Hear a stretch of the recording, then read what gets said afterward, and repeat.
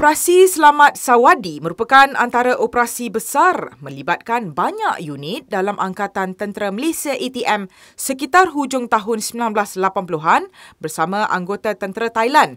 Ketika operasi ini, beliau berpangkat Major, memimpin pasukan artileri sebagai bateri komander. Di mana pasukan saya, regimen saya ni ditugaskan masuk dalam kawasan sepadan Thai, masuk dalam wilayah Thai lah.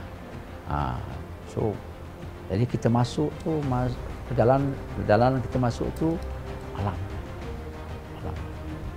Masuk, jadi kita cross border malam, pukul 12 malam kita cross border masuk kawasan ni, tahulah.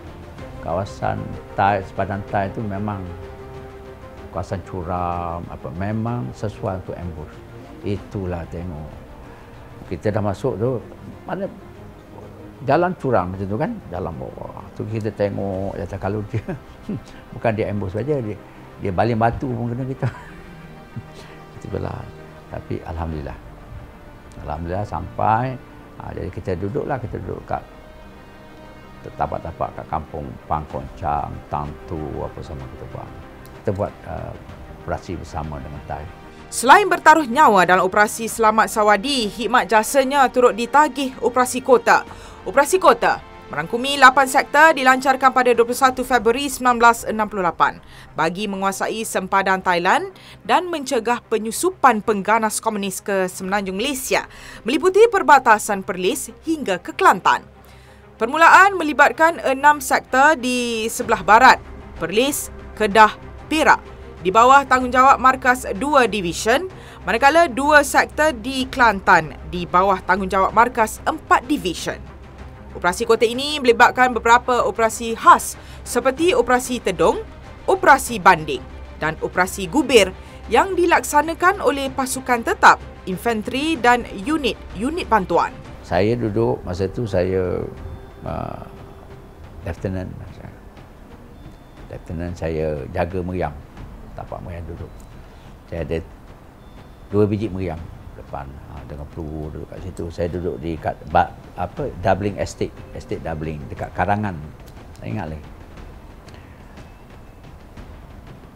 Lepas pada pagi raya Korban dapat mesej yang telah berlaku pertempuran di kawasan dalam dekat pergunungan Bintang kawasan.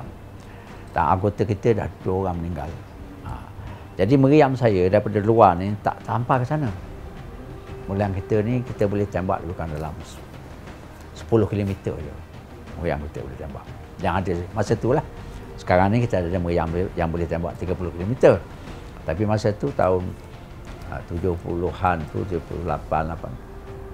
Jadi oleh kerana meriam kita tak sampai jarak dia nak pergi, jadi meriam tu perlu dibawa ke dalam, diterbangkan ke dalam dengan helikopter. So kalau tidak, maknanya pasukan infanteri, pasukan Melayu tak ada bantuan meriam. Dia nak bantuan meriam macam mana pun dalam pertempuran ni. Lantas, persiapan dilakukan segera. Pasukannya dan meriam telah sedia diterbangkan ke Gunung Inas, Perak dengan menggunakan pesawat nuri. Atas Gunung Inas. Gunung tu 5,300 kaki. Saya ingat lagi kerana dalam calculation kita, meriam ni kita kena calculate the height of dia punya platform tu. Letak kat situ. Mula-mula angkat meriam, banyak jugalah helikopter tu buat pergi mari lebih kurang dalam 8 kali angkutan dia. Penghantaran sebuah meriam bersama 100 biji peluru. Cuaca di puncak gunung amat sejuk. Beliau bersama-sama 25 anggota sentiasa siap siaga di dalam kubu selama 2 bulan. Kita dengan anggota kita ni betul-betul rapat. Kita bergantung satu sama lain. Dan pula pasukan saya ni, pasukan artileri ni, kita mati ratio. Jadi ada India, ada radio operator saya sebelah saya, dia akan tidur sebelah saya India. Lepas tu saya punya technical assistant Tama tu Cina. China, India, Iban apa semua. Semangat sama kita. Sama. Kita sama-sama. Jadi sekarang ni pun kalau jumpa tu memang kita orang panggil pertalian kita dengan dia tu lebih rapat dengan kita dengan saudara kita. Keakraban ini membuatkan mereka sebulat hati mempertahankan kedaulatan negara. Selain menuntut kematian anggota yang terkorban, beliau membakar semangat anggotanya tidak lalai walau sesaat di situ padah menanti. Saya ingat lagi, malam pertama kita kat situ, kita taruh trip flare masing-masing. Yalah, kita dah hantar kat situ oleh kerana pertempuran. Pertempuran ni 2 orang kawan kita meninggal. Maknanya tempat dia, kita masuk di kawasan dia.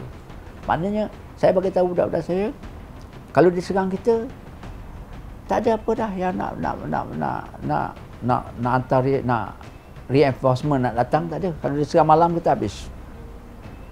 Kita kena betul-betul jaga. Kita dalam satu location tu. Kerana atas gunung. Bukan nak sampai kat situ pun, orang kan 2 hari. Dentuman peluru meriam memecahkan kesunyian rimba, menggemparkan musuh durjana.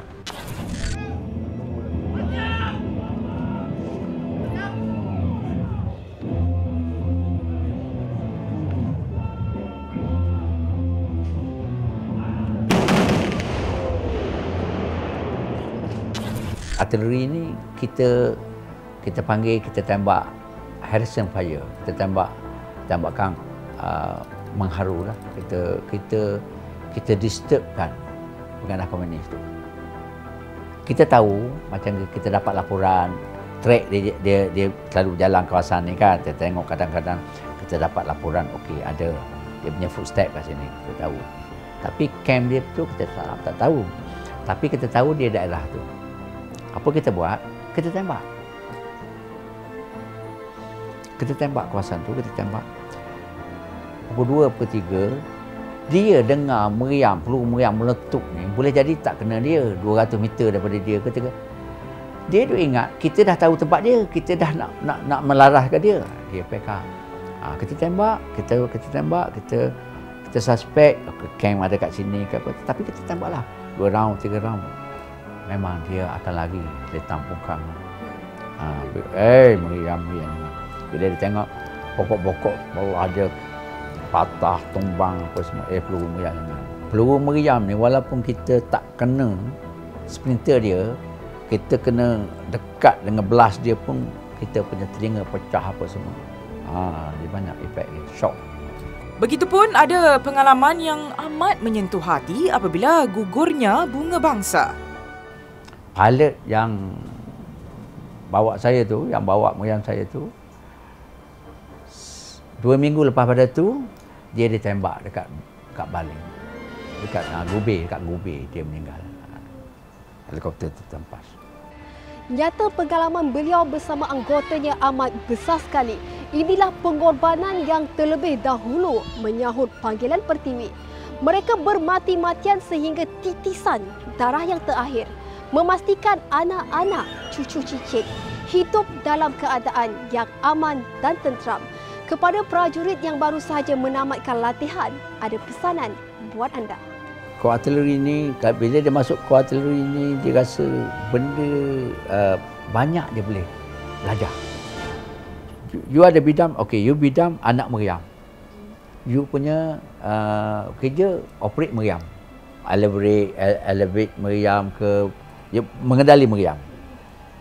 Ada satu lagi pula bidang dia untuk buat calculation. Data-data yang nak bagi ke meriam tu, bearing berapa. So itu pun bidang, satu bidang lagi. Dia panggil Technical Assistant Malaysian Artillery. Technical. Dia ni dengan ni lah. Dengan calculator, dengan apa. Dia akan buat. Kerana meriam ni dia tembak melalui peta. Tapi tepat dekat mana kat peta dia duduk tu mesti accurate. Kalau dia kata meriam ni kedudukan kami ialah grid 1, 2, 3, 4, 5, 6 7, 8. Grid artillery 4, 8. Kadang-kadang kalau survey ni dia grid dia 14.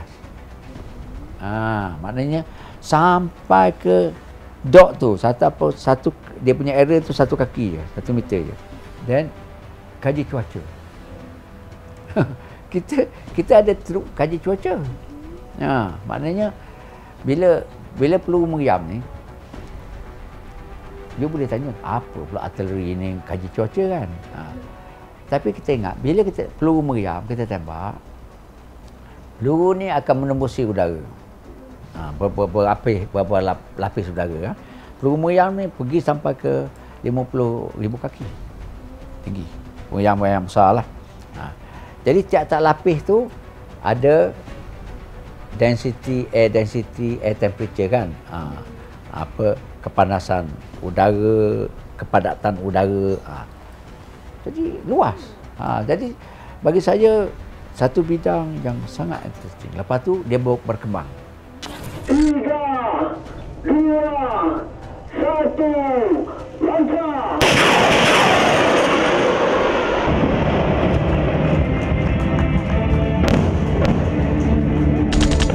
Peristiwa berdarah Peperangan Bakara Oktober 1993. Tembakan tadi kiri dan kanan kena badan kita macam type rata tuan kata. Tak tak berhenti-henti. Jam 04.30, Ketua Company Malbat melaporkan keadaan semakin genting. Lebat sangat, dihujani oleh peluru. Tak berhenti-henti dia tembak kiri dan kanan.